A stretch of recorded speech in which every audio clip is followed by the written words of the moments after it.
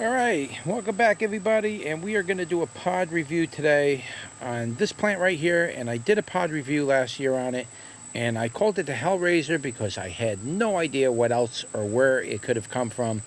And then with a little research I did find out, actually not a little research, it took me a couple days actually of research, and finally I came across a pepper that matches phenotype exactly, and it turns out that it is the purple ghost scorpion. And what it is it's a cross between a purple ghost pepper and a Trinidad scorpion, and then it came out with this pepper. The unique thing about this pepper is that this variety actually gets a purpling effect on the inside of the pepper, which is very unusual.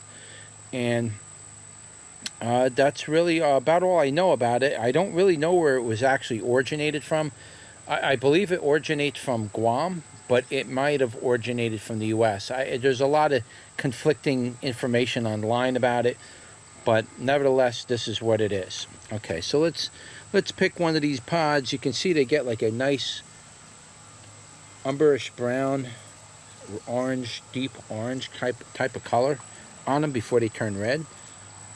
And there's I got some good pods this year, really nice ones. So this plant is never really a tremendous heavy producer. Just keep that in mind. I always get around the same amount of pods off it, and then that's pretty much it. It'll put out a couple more pods throughout the winter, and that's about it. But it's not a real heavy producer as far as the pods go. So let's pick one of these. I don't know. I guess we'll go with this one here. If I could get it off the plant.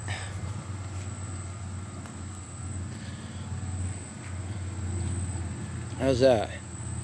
We'll do that one. Take a bite. I'll show you the inside of it, how purple it is.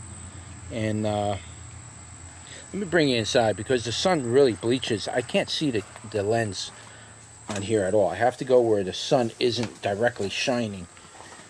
I can't see what's in with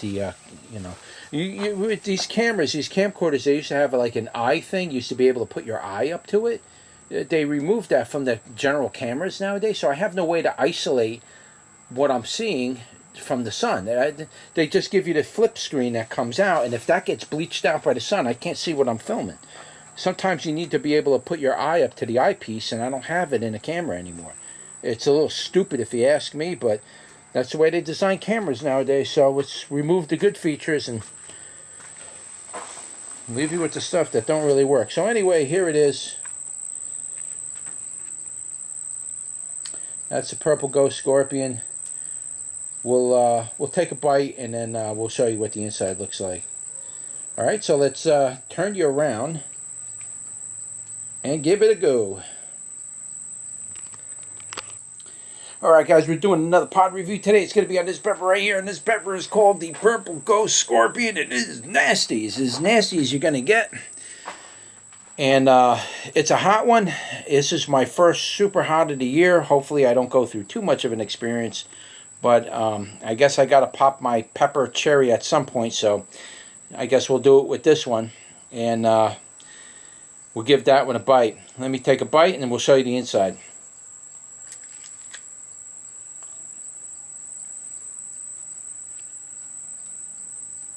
See, if you look at the inside, you can see it's purple on the inside. Not the best example of it. It's coming in. These chances are slow creepers. Man, this thing got my mouth watering. Whew. Coming in strong. But I'm trying to show you so you can see it better, the inside of this thing.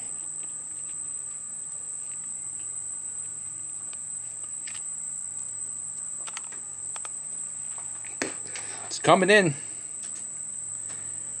Can you see that purple on the inside? It's not real good on this one, but believe me, I've had some of these where they're really purple. Guys, this heat is coming in strong. Oh, whew. Wow. First one of the year for me. Whew. Surprised about heat cupping from these chances. The anims and those frutescens, they really get me heat cupping hard. the chinenses ain't really doing that to me lately. Even though they're really hot like this. This thing is hot, man. Wow. Whew. Well, the flavor was nice. It had a, it's kind of a combination flavor between a scorpion and a ghost flavor. It's got a very nice, smooth flavor. I really like the taste of this pepper a lot. Oh, wow, man. This thing's rough, man. It's burning everything. Right now, it's burning from the tip of the tongue all the way back. It's got the back of the throat. Oh, it's burning my lips really good, too. It's burning underneath the tongue. Whew, man, this thing's really cooking, guys. Whew. It's burning between my gums. It's burning my lips. Oh, it's hard to swallow. Ooh, just give me a second to get my breath here. Whew, hold you back a little. See my t-shirt? HR Seeds. I got them for sale now on YouTube. Wow, that's something, man. Whew, I'll tell you. That's tough to get through.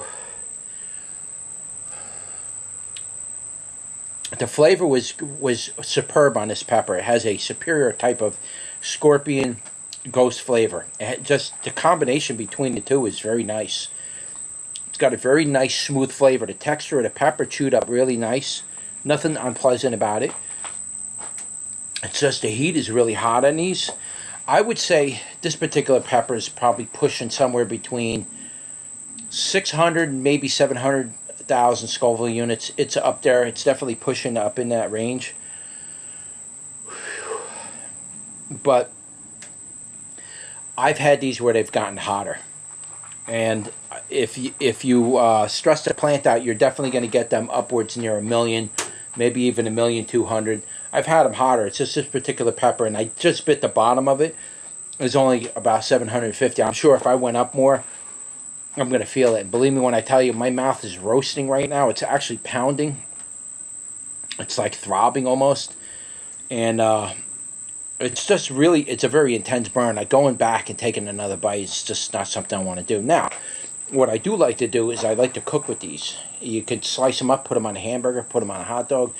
I like to put them on cheesesteaks.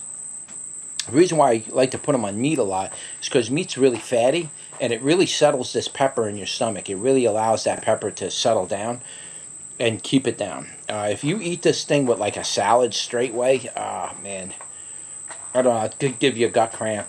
And gut cramp is not fun, especially when you're trying to eat your food. So if you mix it with something greasy and fatty, something that has cheese on it, a little meat on it, and you know, a cheesesteak sub is a perfect example. I eat these things on that, like, this time of the year, I usually start buying cheesesteaks. It's well worth it for me because I'll chop up 1, 2, maybe even 3 of these, put them on that sandwich, and I'll eat half the sandwich now with all of that on there, and then I'll come back and I'll eat it again. And it doesn't bother me that way. If I eat these in a salad, or even salsa, believe it or not, that's rough, man.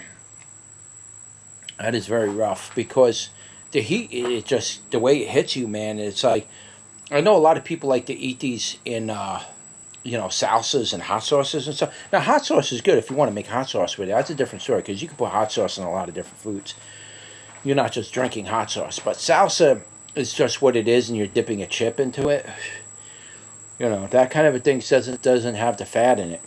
You need fat, guys. You need that fat in when you're eating these things because that really stabilizes it in your stomach. And then, you know, when it's coming out the other way too, you don't want that to be a problem. If you eat these raw like that directly and no fats in it, and now your body goes to expel that, that's when you start to have problems on the other end. That's when it really starts to bother you. But if you eat it with, like I said, cheesesteak sub, something like that, you won't even notice it on the other end. You don't feel anything. Your body completely absorbs all that capsaicin. And that's what I want to do. Because the capsaicin in here, supposedly, they're doing research on capsaicin to see if it has some kind of an impact on cancer. And it very well might. So it's definitely something to look forward and, you know, research a little bit more. But It's definitely a good pepper to grow. I like this pepper a lot, and it's kind of an oddball, guys. It's got that purple color in it. Let me see if I can open this up. Okay, so you could see on the inside a little better, right? You see how it's got that purpling all on the inside of that pepper? This pepper is notorious for that. And it can really be pronounced pretty heavily. And its shades of purple can vary a little bit too. It could be like a light violet type of purple, or it could be a very dark purple like you're seeing in here now.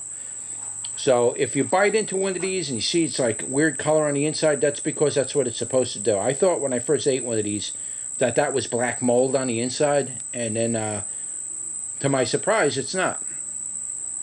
So it's a really cool looking pepper. Definitely, if you're a pepper grower and you never grew any of these type of, purple typed inside peppers, or I have like the black rib that I'm growing, where the ribs are black on it. If you never grew those before, you should give them a grow. They're definitely interesting. Definitely something different to give a try, and you might want to add that to your little pepper repertoire.